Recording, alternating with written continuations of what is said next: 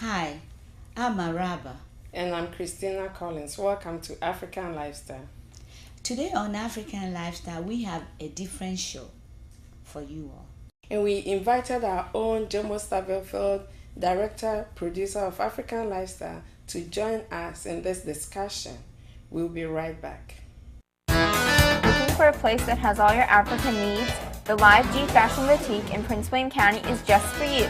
Located at 14804 Build America Drive, we carry beauty and skincare products, jewelry, a wide selection of clothing for the entire family, and much more. Live G Fashion Boutique, the one-stop shopping in nearby Woodbridge, Virginia. For more information, call us at 703-490-1050. That's 703-490-1050.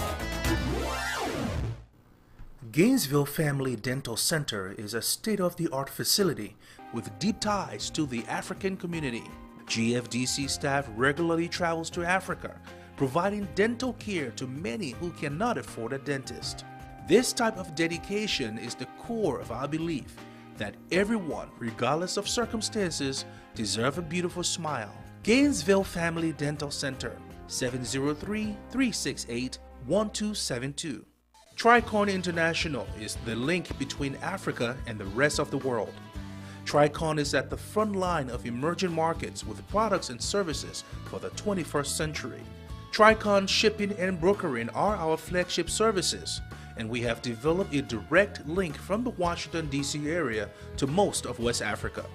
Tricon also have monthly shipping to Ghana, Sierra Leone, and Liberia.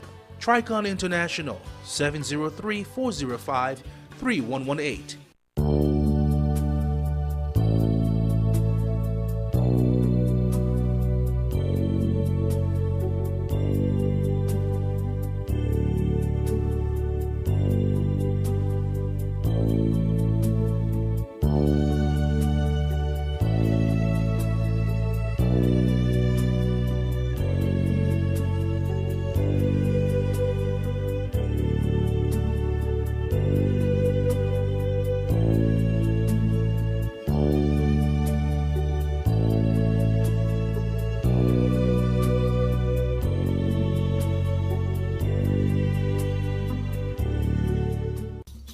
Advertise your business on African lifestyles and reach the African community. For more information, call 703-896-6212 or visit us on the web at AfriLifeTV.com. African Lifestyles, connecting business and community. Coco. Contemporary African fashion and designs by Coco. Designs that make a statement while embracing the African culture. Coco. Sexy, elegant, youthful. Coco. African motif with contemporary flair. Coco. Extraordinary designs by Coco. Visit African Design Boutique and Gift Shop at 395 Garrisonville Road in Stafford, Virginia. Coco. Welcome back. We are talking about issues affecting Africa, especially economic crisis. And we are bordering the first discussion on Obama's policies pertaining to Africa. Jomo.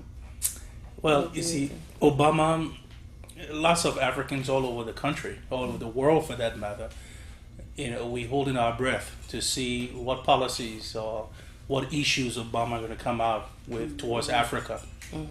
Just recently, we all got excited because he just nominated Johnny Carson to be the assistant Secretary of State, and he will be in charge of African affairs or African policies. That's very exciting for all of us who have interest in Africa, because Mr. Carson has he has been ambassador to three African countries. Yes. Right. And he was also working on Capitol Hill on the subcommittee of African affairs. So this is someone who has experience on the continent. He knows what the policies are. Right. He knows the people. He knows the culture. And I think it's a bold step from the Obama's government That's it. that Africa is about to become an important part of his administration. Right. And you know what? I think he's been to about 40 African provinces or so. So you're right. He knows so much. He's well depth into African affairs. This man's career has been about Africa. Right. Yeah. So he knows whatever the Africans need and Right. all the problems we're facing. Yeah. You And know, talking so- about what African needs, he's even started talking about, freedom of speech for Oh, the okay. media. For media, Oh, yes. okay. Yeah. Okay. That is so crucial because the tenets of democracy Right. is that you can't really have true democracy without freedom of the press. Right. Right. And in this country we know that the press is what we call the fourth estate. In other words, they're the ones that oversee the government. So the government becomes responsible. Right. And so having that and media to be and journalists to be able to report the stories as they are, As they are. Yeah. right? It is tremendous. Yeah. I Because believe that. some countries don't want you to say what is happening.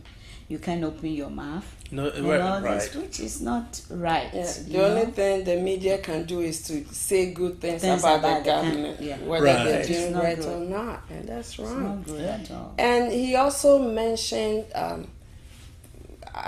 Obama's government supporting the African leaders who want to stand up for the right thing. But I think in all you have to give George Bush some credit. Even in that area. Yeah, he did. He Yes, did well too. George Bush had, for some strange reason, regardless of his policies, Right. he had an interest in Africa. Right, he did. definitely. He went to And Ghana, right? Right. Yeah. He went to Ghana. And Kufuor, former president of Ghana, He did a lot They with were it. like pals, you Yeah, know. right. He helped Ghana a lot, Senegal, Right. and all that. But many will argue that George Bush only did what I think any other presidents would do, simply because if you look at the progression of the world, Africa is the only continent that's been left behind.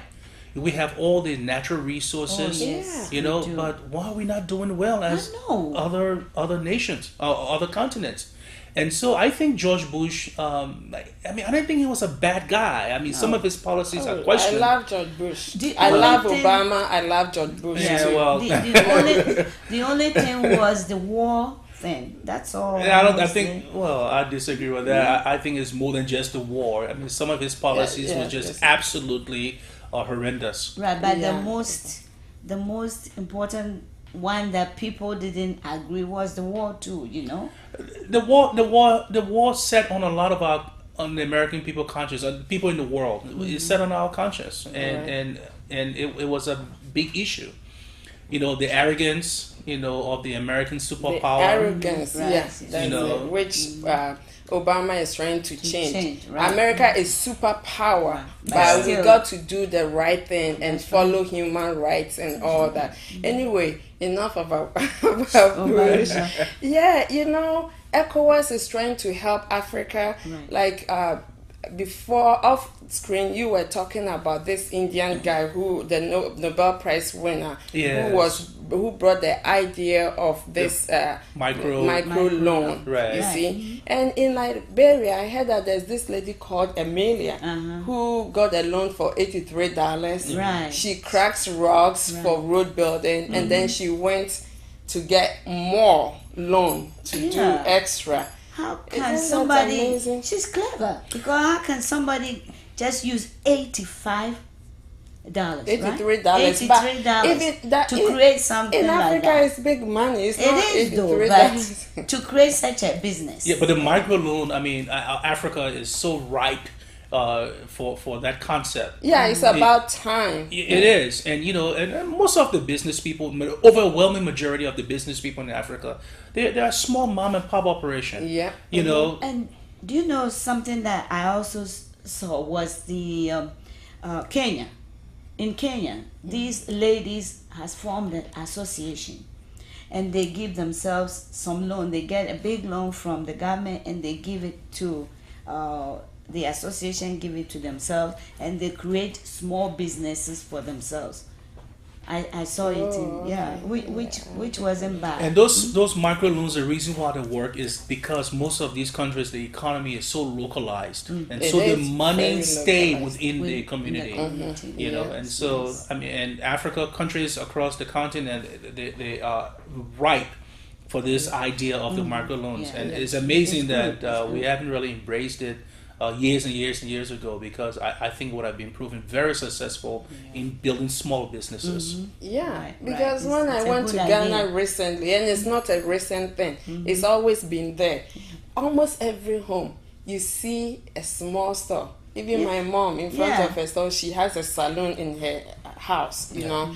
And then I saw that it was even more than it used to be. Micro businesses. You see these people carrying their wares on their heads and selling their good stuff. But you know, Christina, it is for Africa to move forward. It's all about business. But I do see Rick putting his finger up, so we do have to take a break, and we'll be right back. Gainesville Family Dental Center is a state-of-the-art facility with deep ties to the African community. GFDC staff regularly travels to Africa, providing dental care to many who cannot afford a dentist.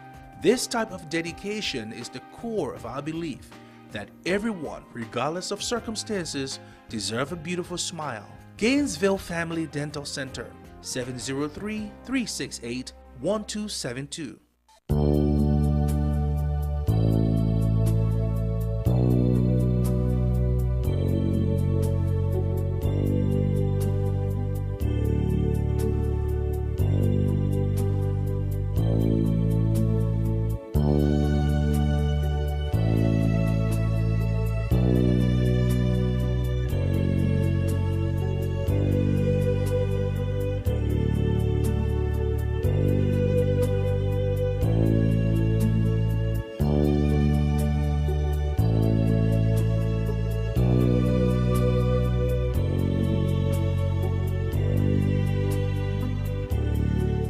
Tricon International is the link between Africa and the rest of the world. Tricon is at the front line of emerging markets with products and services for the 21st century. Tricon shipping and brokering are our flagship services, and we have developed a direct link from the Washington, D.C. area to most of West Africa. Tricon also have monthly shipping to Ghana, Sierra Leone, and Liberia. Tricon International, 703-405-3118. Coco. Contemporary African fashion and designs by Coco. Designs that make a statement while embracing the African culture. Coco. Sexy, elegant, youthful. Coco. African motif with contemporary flair. Coco. Extraordinary designs by Coco. Visit African Design Boutique and Gift Shop at 395 Garrisonville Road in Stafford, Virginia. Coco. Advertise your business on African lifestyles and reach the African community. For more information, call 703-896-6212 or visit us on the web at AfriLifeTV.com. African Lifestyles, connecting business and community. Welcome back. Before we went to the break, we were talking about micro businesses in Africa, and this means a lot to the African. Now, what impact is it going to have on us, the positive impact, especially those of us abroad? Because there are a lot of people who have big ideas. They want to build businesses, and yet they go back to Africa to build their businesses, and then they come back. Well, a lot of them come back, because the business didn't work out. Right. Because I think what this proves is that when you start a business small, there's a better chance of your business surviving. Simply because, again, the overwhelming majority of businesses in Africa are the small mom and pop operation. Yeah. And again, it's a localized economy. So a lot of people who go back, they go back with a lot of grandiose ideas. They want to open a factory, they want to open a this, and of course, it requires money and sustainability. And so if you don't have the customers to sustain that kind of business, you go under quick. But the businesses who are catering to the everyday needs of the people, those are the businesses that I see surviving. Like restaurants, small businesses like telephone services. Yeah, and they all have this, something like communication center. Opening a small shop. Yeah, even the money changers are making money. I mean, they're they're surviving. making a lot of money. Buying, selling of telephone cards, and all this. You see kids standing on the street. These kind of businesses last a long time. Okay, my question is, Jomo, you were talking about, people having these big ideas of opening factories. Does that mean that nobody can go back and open